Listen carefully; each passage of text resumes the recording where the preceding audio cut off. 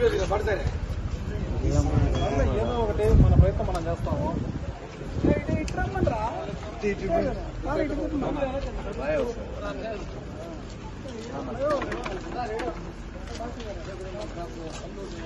అన్న మీడియా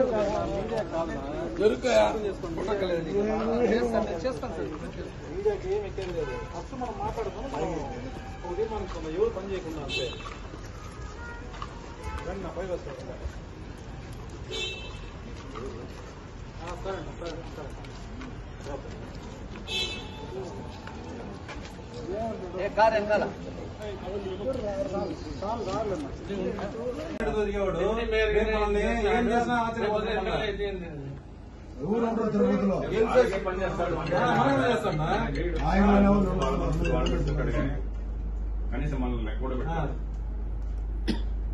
కాబట్టి రేపు కళ్యాణ మండపం తీసుకొని భారీగా జన సమీకరణ ఈ రోజు ఈవినింగ్ లోపల చూసుకొని మార్పు రాకపోతే రేపు భారీగా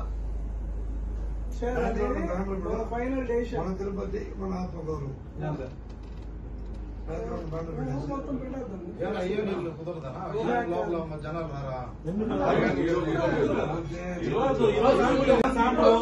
మీటింగ్ మనం కూర్చున్నామే దీన్నే రాత్రి కూడా నడిపిస్తాను.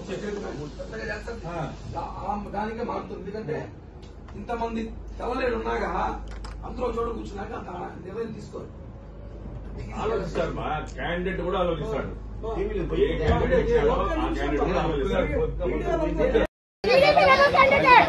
తెలుగుదేశం కార్యకర్తలు వరకు ఏం మాట్లాడాలనుకుంటారో ఇప్పుడు 4.5 సంవత్సరాలు ఎన్ని చాకరీ చేయించుకుని మన సీట్లు అంటే ఊరుకుంటామా?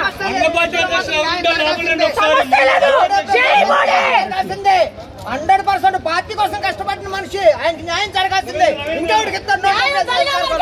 మోడీ గారికి సీట్ లేదంటే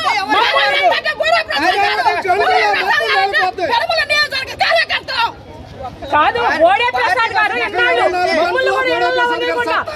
పార్టీ ఆశీర్వదించిందమ్మా చేయండి అని మాతో ఆయన చేసేది కాదు, మాతో కూడా చేయించారు.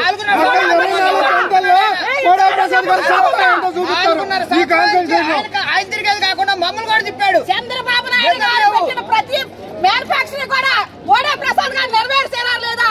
సార్ మీరు ఒక్కసారి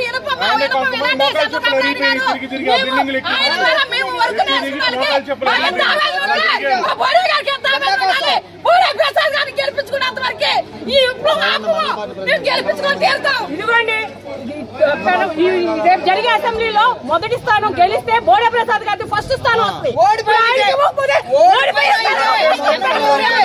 గెలిచిన ఫస్ట్ పెనమలూరే.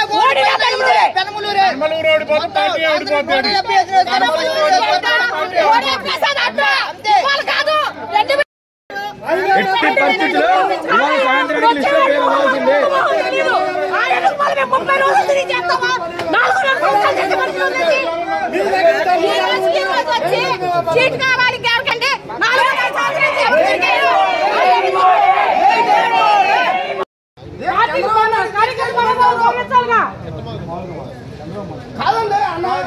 మనోభావాలు గౌరవించాలిగా. కార్యకర్త మనోభావాలు గౌరవించి ఇస్తానన్నాడు. ఇవాళ గౌరవించుకుని ఎవరు